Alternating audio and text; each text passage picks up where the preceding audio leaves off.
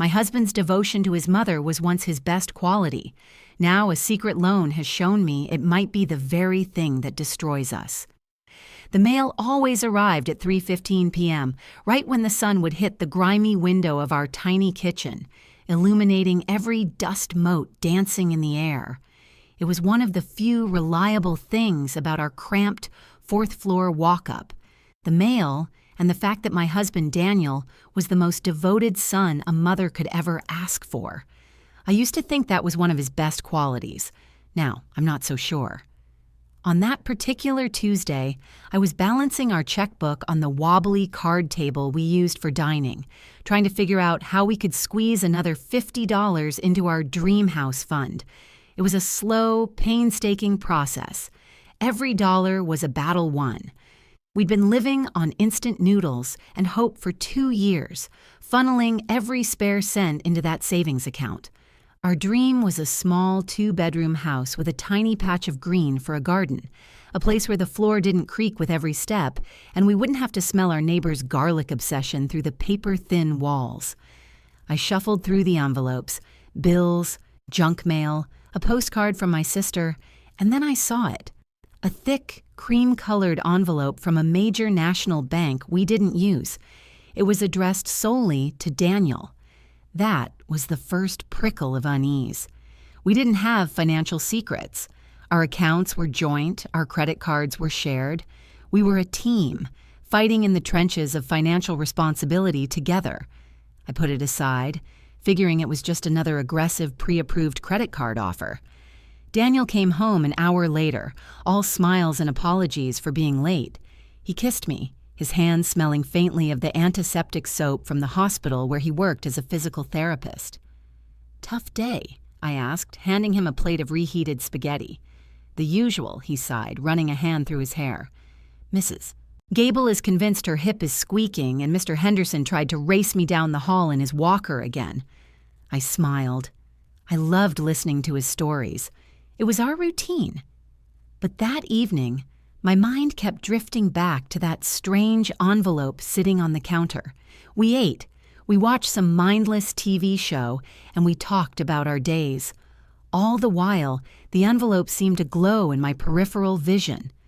Later, as I was cleaning up, Daniel was on the phone in our tiny bedroom, the door slightly ajar. I could hear his low, soothing tones. "Don't worry, Mom. It's all taken care of. Yes, you can call them tomorrow to schedule the consultation. The modern gray. I agree. It'll look fantastic. Okay, love you too. Bye." He came out of the bedroom looking pleased with himself. "Mom's excited," he said, grabbing a glass of water. "Excited about what?" I asked, my voice a little too casual. "Oh, just some stuff for her apartment. You know how she's been talking about wanting to update the kitchen?" I nodded slowly. Yes, I knew. His mother, Carol, had been dropping hints for months, how her cabinets were so 70s, how her linoleum was peeling, how a walk-in shower would be so much safer for her. Her apartment was perfectly fine, mind you, bigger than ours, paid off, and in a decent neighborhood. But Carol had a way of presenting her wants as dire needs, and Daniel had a way of hearing them as gospel. I thought he'd just sent her some links to Home Depot or offered to help her paint. I never, in a million years, suspected what was really going on. The next morning, Daniel left early for a morning shift. The envelope was still there, a silent accusation on the counter. My curiosity finally won. "It's for both of us," I reasoned. "We're a partnership." My hands trembled slightly as I tore it open. It wasn't a credit card offer. It was a loan agreement, a personal loan. My eyes scanned the page, my heart beginning to hammer against my ribs like a trapped bird. The words blurred together, but 3 things stood out in stark, horrifying clarity. The name on the loan, Daniel Carter. The loan amount, $30,000. And the purpose of the loan, listed under a section for collateral and use of funds. Home improvement, followed by an address that I knew by heart, but that wasn't ours. It was his mother's. I sank onto one of our rickety kitchen chairs, the paper crinkling in my white-knuckled grip. $30,000. It was almost the exact amount we had painstakingly, sacrificially saved for our down payment. The money we'd earned through extra shifts, skipped vacations, and saying no to every little luxury for 2 solid years. A wave of nausea washed over me. This couldn't be real. He would have told me. He wouldn't just go behind my back and indebt us for his mother's cosmetic upgrades. He wouldn't destroy our shared dream for her new kitchen cabinets. But the proof was right here, in black and white. The approval date was from last week, the day he'd come home late and said he was stuck in traffic. The first payment was due in 3 weeks. The betrayal was so profound, so absolute, that I couldn't even cry. I just sat there, in the quiet of our shoebox apartment, the sounds of the city filtering in, and felt the future we had built together crumble into dust around me. I sat there for hours, the letter on the table in front of me, waiting. The sun set, casting long shadows across our cramped living room. I didn't turn on the lights. I just waited in the dark. Finally, I heard his key in the lock. The door swung open and he stepped inside, silhouetted by the hallway light. "Hey, honey, I'm home. Wow, it's dark in here. Everything okay?" He flicked on the switch and blinked as the room was flooded with light. He saw my face then, and his cheerful smile faltered. He saw the official-looking papers spread out on the table. His eyes widened just for a second, with a flicker of panic. "Sarah, what's wrong? You look like you've seen a ghost." I didn't get up. I didn't raise my voice. I just looked at him. The man I thought I knew, the man I thought was my partner, and I slid the top page of the loan agreement across the table towards him. My voice was a low, shaking whisper, colder than I'd ever heard it. $30,000, Daniel. Tell me why there's a loan in your name for $30,000. For your mother's address. The silence in the room was thick, suffocating. Daniel's eyes darted from my face to the papers on the table and back again. The cheerful mask he'd worn just moments ago had shattered, revealing a cornered, almost boyish panic. He swallowed hard, his Adam's apple bobbing. "Sarah, listen. It's not what you think." It was the classic opening line of a man caught in a lie, and it sent a fresh wave of icy rage through my veins.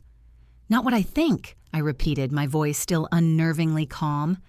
"What I think, Daniel, is that you walked into a bank, signed your name on a $30,000 loan, and tied a financial anchor around our necks. What I think is that you did it for your mother's cosmetic upgrades while your wife is clipping coupons to save for a home that doesn't have mice in the walls. So please enlighten me. What part of that am I getting wrong?" He ran a hand over his face, a gesture of exhaustion that I suddenly had no patience for. "It's for her safety, Sarah. You know she's been worried about the shower. What if she falls? And the oven is ancient. It could be a fire hazard. I was going to tell you, I swear. I was just waiting for the right time." The excuses were so flimsy, so insulting to my intelligence, that I almost laughed. The right time? When would that have been, Daniel? After the first payment was due? After the demolition crew had already torn out her perfectly functional kitchen?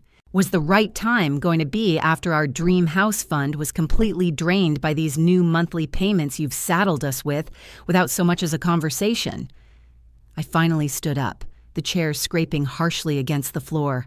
The adrenaline was pumping now, and my voice began to rise. "We eat pasta 3 nights a week. I haven't bought a new pair of jeans in a year. We skipped your sister's wedding in California because we couldn't afford the flight. We have done everything together, sacrificed everything together for one single goal. And you took that goal and you lit it on fire to buy your mom new countertops." The color rose in his cheeks. He was shifting from defense to offense. "That's not fair. It's my mother. I have a responsibility to take care of her." "We have a responsibility to take care of each other," I shot back, jabbing a finger towards the two of us. "This is our life. This apartment, this budget, this dream. It's ours. Your mother has a paid-off apartment, a pension, and a perfectly fine life. We are the ones struggling, Daniel. Or have you not noticed?" He flinched, but the stubborn set of his jaw told me he wasn't backing down. My mom was worried about telling you. She didn't want to cause any trouble. She knows how careful you are with money." The words hit me like a slap. Suddenly, the picture became horribly clear. This wasn't just Daniel's secret. It was a conspiracy. My carefulness with money, my budgeting, my sacrifices. They hadn't seen them as a team effort. They'd seen them as an obstacle to be circumvented. I was the warden of the finances, the one they had to sneak past to get what they wanted. "She knew," I whispered, the rage momentarily giving way to a profound sense of hurt. "Your mother knew you were going behind my back to take out a massive loan, and she was okay with it?" "She didn't want to worry you," he repeated lamely, as if that explained everything. Worry me. I finally did laugh then, a bitter, hollow sound that echoed in the tiny room. "Oh, I'm not worried, Daniel. I'm furious. I am absolutely, incandescently furious. You didn't just lie to me. You and your mother colluded against me. You made a decision about our future or money, and you treated me like some shrew you had to manage." I started pacing the 3 steps it took to cross our living room.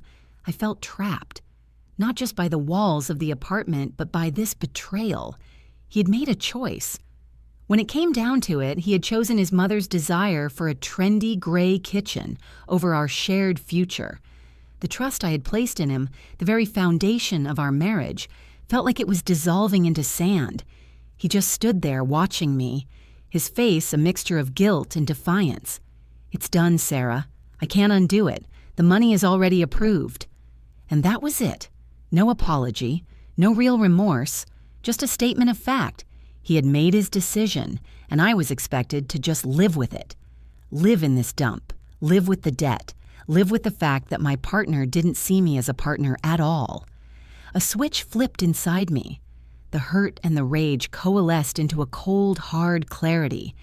If he wouldn't be honest with me, if he was going to hide behind his mother's apron strings, then I was done playing games.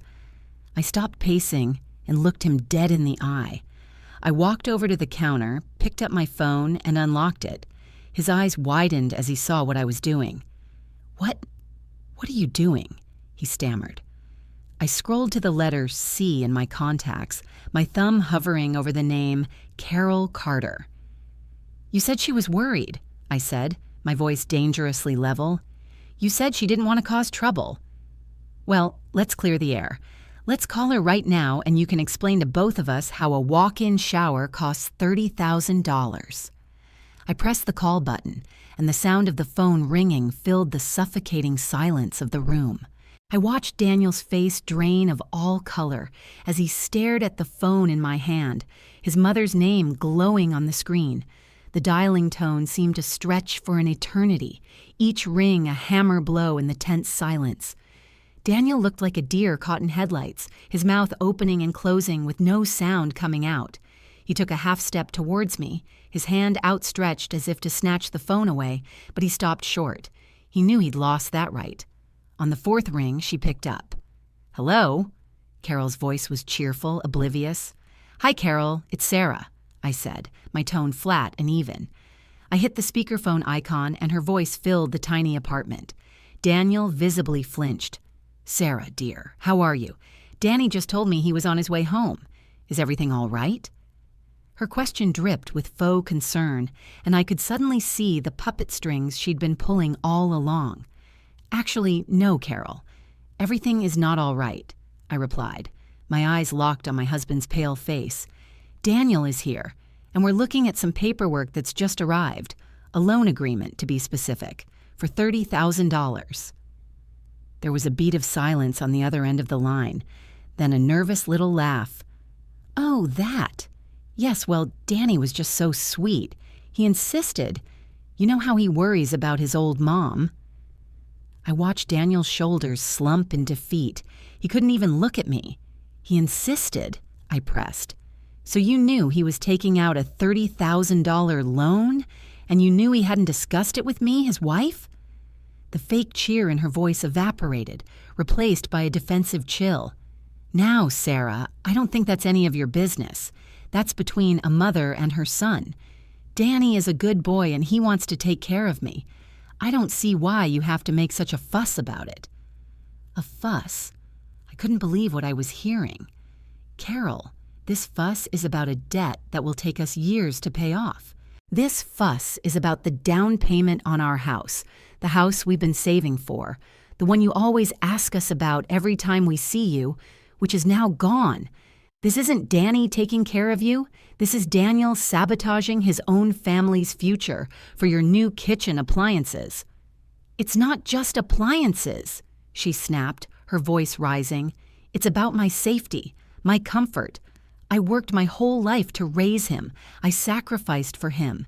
Is it so wrong for him to want to give something back?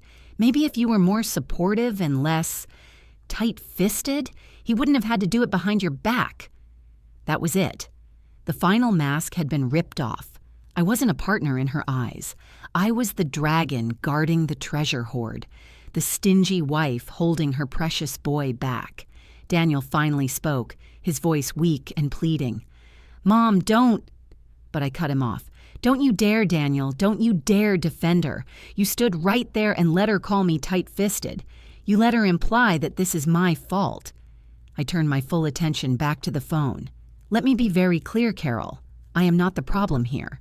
The problem is that my husband and his mother decided that our marriage vows, to be partners, to build a life together, were less important than your desire for granite countertops." "How dare you speak to me that way?" she shrieked. "After all I've done—" I didn't let her finish. I had heard enough. "The contractor you're so excited to call tomorrow, the one who's going to give you the modern gray kitchen," I said, my voice dropping to a low, dangerous level. "Call him. Cancel the consultation. Cancel all of it. Because not one single cent of this money is going to your apartment. Not one." "You can't do that," she sputtered. "Daniel won't let you." I glanced at Daniel, who looked utterly broken, a man caught between two worlds and belonging to neither. I felt a flicker of pity, but it was quickly extinguished by the fire of my betrayal. "Daniel doesn't get a vote anymore," I said coldly. "He cashed that in when he signed those papers without me. This loan is in his name, Carol. His signature, his legal responsibility, but our finances are joint, which means I have every right to take our savings, the money I earned and saved too, and protect it from this mess. So you have a choice. You can either convince your son to cancel this loan immediately, or I will be at the bank tomorrow morning withdrawing every single penny from our joint savings account, and I will use that money to hire a divorce lawyer." The line went dead. She had hung up. The silence that fell was heavier than before. It was the silence of ultimatums and broken things. I put my phone down on the table, my hand shaking. I hadn't even realized I was going to say it until the words were out of my mouth, but now that they were, they felt terrifyingly real. Divorce. The word hung in the air between us like a guillotine. Daniel stared at me, his eyes wide with a new kind of fear. The anger was gone, replaced by sheer terror. "Sarah." "You don't mean that," he whispered. I looked at him, at the man I had loved and trusted, and I felt nothing but a vast, empty chasm. Every single word I said, my voice trembling but firm.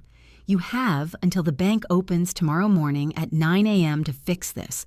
Cancel the loan. Show me the proof, or I'm gone." I turned and walked into our tiny bedroom, shutting the door behind me. I didn't slam it. I closed it softly, which felt somehow more final. I leaned against the door, listening to the sound of my own ragged breathing, wondering if I had just ended my marriage. A few moments later, I heard his phone buzz on the kitchen counter, then again and again. I cracked the door open just a sliver and peered out. He was standing there, staring at his phone screen, which was lit up with a barrage of incoming texts. From my angle, I could just make out the sender's name at the top of the screen, Mom. I watched him through the crack in the door, a silent observer to the digital onslaught. His thumb hovered over the screen, paralyzed. Each new buzz from the phone seemed to make him shrink a little more. He was a ship being torn apart by two opposing tides. my ultimatum and his mother's demands. After what felt like an hour but was probably only a few minutes, he finally picked up the phone. He didn't call her back. Instead, I saw his shoulders slump as he began to type a reply. I couldn't see the words, but I could imagine them. Placating, apologetic, trying to smooth over the mess he had created. I closed the door again, the soft click echoing the finality of my decision. I didn't sleep that night. I sat on the edge of our bed, the bed we had picked out together, and stared at the framed photos on the nightstand. Us on our wedding day, beaming and full of hope. Us on a camping trip, covered in mud and laughing. They felt like pictures of two strangers. Who was that woman, so blissfully unaware that the man beside her was capable of such a profound deception? I heard him moving around the apartment all night, pacing the worn floorboards of the living room, opening and closing the fridge but not eating anything. The low murmur of his voice as he finally caved and called his mother back. I couldn't make out the words, but the tone was unmistakable, the desperate pleading sound of a man trying to reason with an immovable force. At one point, around 3 a.m., he came to the bedroom door and knocked softly. "Sarah," he whispered, "can we please talk?" I squeezed my eyes shut and said nothing. I couldn't. If I opened that door, if I let him in, I was afraid the cold resolve I was clinging to would shatter. I needed that resolve to survive the next few hours, so I remained silent, and eventually I heard his footsteps retreat. The first rays of dawn crept through our grimy window, painting the room in shades of gray that felt all too appropriate. I got up, showered, and dressed in my work clothes, moving like an automaton. When I emerged from the bedroom, Daniel was sitting on the edge of the couch, looking like he hadn't slept a wink. His eyes were red-rimmed and puffy. The loan agreement was still on the table, a monument to his betrayal. "I'm going to call the bank," he said, his voice raspy. "I'm going to see what I can do." I just nodded, pouring myself a cup of coffee I had no intention of drinking. "It's 8:15, I said, my voice devoid of emotion. "You have 45 minutes. He picked up his phone and walked over to the window, turning his back to me as he dialed. I sat at the wobbly card table and listened to his side of the conversation. It was a painful, drawn-out process. He was put on hold twice. He had to explain the situation to 3 different people. He sounded stressed, quoting loan numbers and reference codes. "Yes, I understand there's a 3-day right of rescission. Yes, I know today is the 4th day. Is there anyone else I can speak to? A manager." There was a long pause. I held my breath, my knuckles white around my coffee mug. "So, there's a penalty? A cancellation fee?" He listened for another moment, his back rigid. "I see. Okay, thank you." He hung up the phone and stood there for a long time, his shoulders hunched, staring out at the brick wall of the building across from us. Finally, he turned around. His face was pale, defeated. "I can cancel it," he said quietly. My heart leaped with a tiny, cautious flicker of hope. "But there's a fee, because we're past the 3-day grace period. It's $1,500. $1,500, the cost of his lie. It was a month's rent. It was 3 months of contributions to our dream house fund. It was a significant, painful sum that we absolutely could not afford. But it was better than $30,000 of debt. It was a price I was willing to pay to get my life back, with or without him. "Pay it," I said, my voice firm. "Pay it out of your personal account." He flinched. We didn't really have personal accounts. Everything was joint. Everything was shared. My statement was a clear line in the sand. "This is your mess. You clean it up." He just nodded, looking utterly beaten. He made another call, authorized the payment, and a few minutes later, he forwarded me an official email from the bank. It was a confirmation. "Loan account canceled." I read the words over and over, the relief so intense it made me dizzy. I felt like I could finally breathe for the first time in almost 24 hours. Daniel watched me, his expression desperate. "Sarah, I'm so sorry," he began, taking a step towards me. I was an idiot. I was wrong. I never should have. Please, we can fix this. I'll make it up to you, I promise. His words were a balm on a raw wound, but the wound was still there, gaping and deep. Could we fix this? Could I ever look at him again without seeing the lie, without remembering the betrayal? I didn't have an answer. I need some time, Daniel, I said, grabbing my purse. I'm going to my sister's. Just as I was about to walk out the door, my phone buzzed with a text message. I glanced down, expecting it to be my sister confirming our plans. But it wasn't. It was an unknown number. I opened it, my brow furrowing in confusion. The message was short, just a single screenshot of a transaction summary. It was a Zelle payment for $1,500. And as I looked closer, my blood ran cold. The payment was sent from Carol Carter. And the note attached to the payment made the air leave my lungs.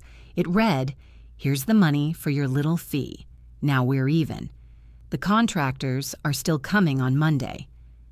I stared at the phone screen, the words blurring into an incomprehensible jumble before snapping back into sharp, cruel focus. Now we're even. The contractors are still coming on Monday. It wasn't an apology. It was a declaration of war. She hadn't learned a thing. She hadn't backed down. She had just paid the cancellation fee, my ultimatum's price tag, as if it were a minor inconvenience, a toll booth on the way to getting what she wanted. She thought she could buy her way back in, buy my silence, and proceed as planned. The audacity of it was breathtaking.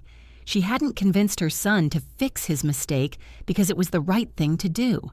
She had just found a new, more insidious way to fund her renovation. Daniel saw the look on my face and rushed over. "What is it? What's wrong?" He looked over my shoulder at the phone, and I watched the last bit of color drain from his face. "Oh my God," he breathed. "No, I told her not to. I told her it was over." "Did you, Daniel?" I asked, my voice dangerously quiet. I turned to face him, the phone still clutched in my hand. The tiny flicker of hope I'd felt moments ago was extinguished, replaced by a cold, hard certainty. This wasn't just a mistake. This was a pattern, a deep-seated dynamic I had been blind to for years. Did you tell her it was over, or did you tell her I was leaving and she needed to fix it? Because this, I said, waving the phone in his face, this is not a fix. This is a bribe. This is your mother trying to purchase my compliance so she can still get her new kitchen. She thinks she's paid me off. The look of utter devastation on his face was almost pitiable. He was a man drowning, caught in a riptide he couldn't escape. "I'll send it back," he said frantically, pulling out his own phone. "I'll send it right back to her. Sarah, please, this is her, not me." But that was the lie he kept telling himself.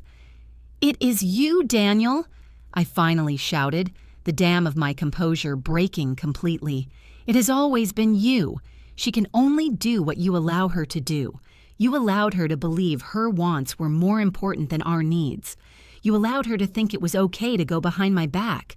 You allowed her to see me as the enemy. And just now you allowed her to think that our marriage could be saved for the low, low price of $1,500. She didn't learn a lesson, Daniel. She just learned my price." I took a deep, shuddering breath. The fight was gone. In its place was a profound, soul-crushing exhaustion. I was done. I couldn't live like this, constantly fighting for my place in my own marriage, constantly playing second fiddle to a woman who saw me as an obstacle. "I am not a business transaction, Carol," I said, my voice barely a whisper. I wasn't speaking to Daniel anymore. I was speaking the truth into the universe. My home is not for sale. Without another word, I opened my own banking app. Daniel watched, his eyes wide with horror as he realized what I was doing. "Sarah, no, wait." I ignored him. My fingers moved swiftly over the screen. I transferred the $1,500 his mother had sent me directly into our joint Dream House fund. Then I initiated another transfer. I moved exactly half of the remaining balance of that savings account. My half, the money I had sacrificed and bled for, into my own personal checking account, which I hadn't used in years. A notification popped up almost instantly. The transfer was complete. I slipped my phone into my purse and picked up the small duffel bag I had packed during the night. I walked to the door, my movements calm and deliberate. I was finally free of the emotional chaos. Daniel stood in the middle of the room looking utterly lost, a statue of regret. "You have my half of the down payment," I said, my voice clear and steady without a trace of anger, just finality. "And you have a mother who is expecting contractors on Monday. It seems you have a choice to make. You can either use that money to finally start building a life on your own terms, or you can use it to build her a new kitchen. Either way, it's no longer my problem." I opened the door. For the last time, I looked back at our cramped, tiny apartment. It wasn't the dream house, but it had been our home. It had been the place where our future was supposed to begin. Now, it was just the place where it ended. He took a step towards me, his hand outstretched, his face crumpling. "Sarah, please, don't go. I love you." A single tear finally escaped and traced a path down my cheek. "I loved you too, Daniel," I whispered, "but I have to love myself more." And with that, I turned and walked out, closing the door softly behind me. I didn't look back. As I walked down the 4 flights of stairs, my phone buzzed again and again. It was him. Pleading texts, missed calls. Then a final message from Carol. "I don't understand what the problem is. I paid the fee." I didn't delete the messages. I just silenced my phone and kept walking. The sun was bright outside, and for the first time in a long time, I felt like I could see my own future clearly. It might be a future I had to build alone, but it would be mine. It wouldn't be dictated by secret loans or financed by betrayal. It would be a future with solid foundations, built not on a shared dream with a man who couldn't choose me, but on my own unwavering self-worth. And I knew, with a certainty that settled deep in my bones, that was a home no one could ever take from me.